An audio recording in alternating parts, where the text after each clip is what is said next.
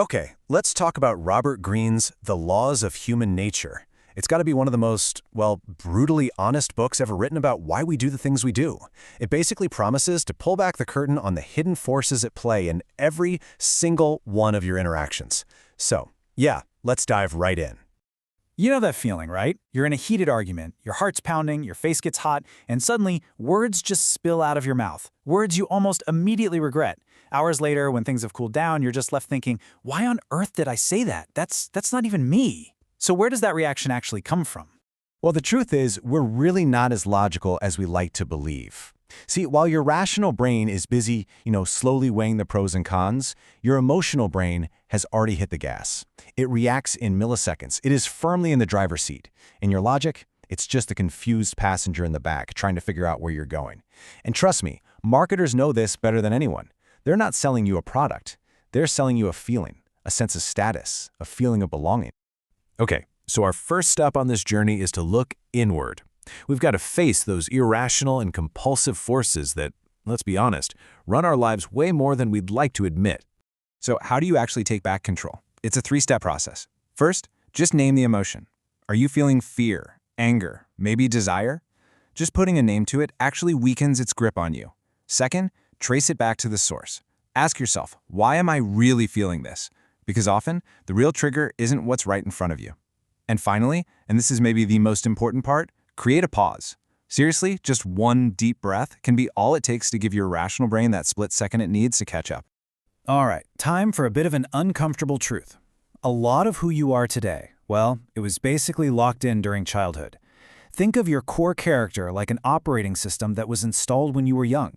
And those patterns, those compulsive behaviors, they just keep running on a loop, unconsciously, throughout your entire life, a lot of the time working against your own best interests. So if you really want to understand someone's true character, their deep down ingrained patterns, you have to ignore what they say. Seriously, words are cheap. Instead, watch three things. Watch how they handle small, everyday problems.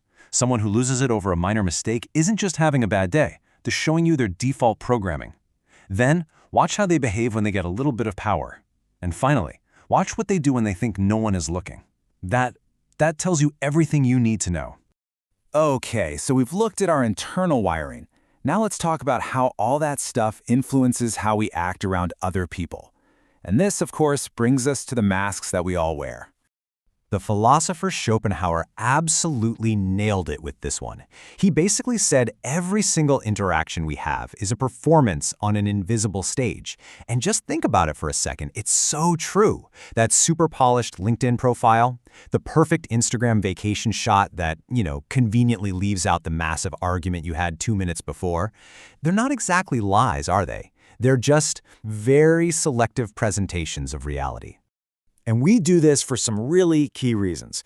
It's not about being fake, it's actually about survival. We wear these masks to protect ourselves, to hide our vulnerabilities. We wear them to adapt, to fit into different social circles. We wear them to build connections and avoid being cast out. And ultimately, we wear them to control how other people see us and respond to us. All right, so now that we've got a handle on our own performance, we can start to decode the behavior of the people around us. And that journey has to start with a trait that, believe it or not, we all share to some degree: narcissism. See, narcissism isn't just an on or off switch. It's not like you either have it or you don't. It's a spectrum. On one extreme end, you've got the deep narcissist, that person whose big, confident front is really just hiding a super fragile ego. But on the other end, you have a healthy narcissist, someone who values themselves for sure, but also knows how to really listen, empathize, and connect with others. The thing is, all of us slide up and down this line, depending on the day and the situation. So here's a little challenge for you. Instead of trying to spot all the narcissists around you, try this super simple awareness test on yourself.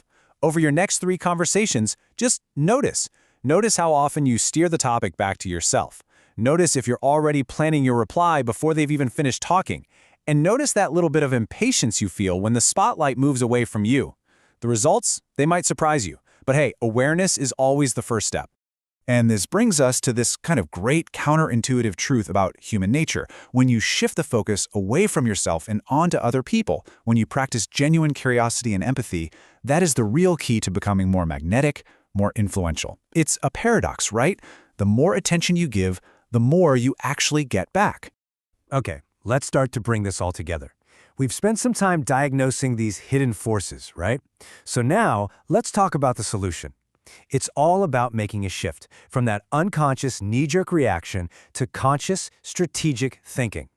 Think about it this way. Are you playing checkers or are you playing chess? See, most people go through life playing checkers. They just react to whatever move is right in front of them, always chasing that quick, easy win. But life is a lot more like chess.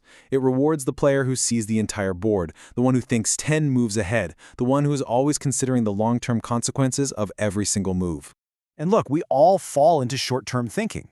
Our brains are literally wired to want those immediate rewards. But there are 4 big traps you need to watch out for. There's ignoring the unintended consequences, like that crash diet that just leads to an injury. There's tactical hell, winning the argument, but losing the relationship, or the promotion. There's reacting to every single breaking news alert and panicking.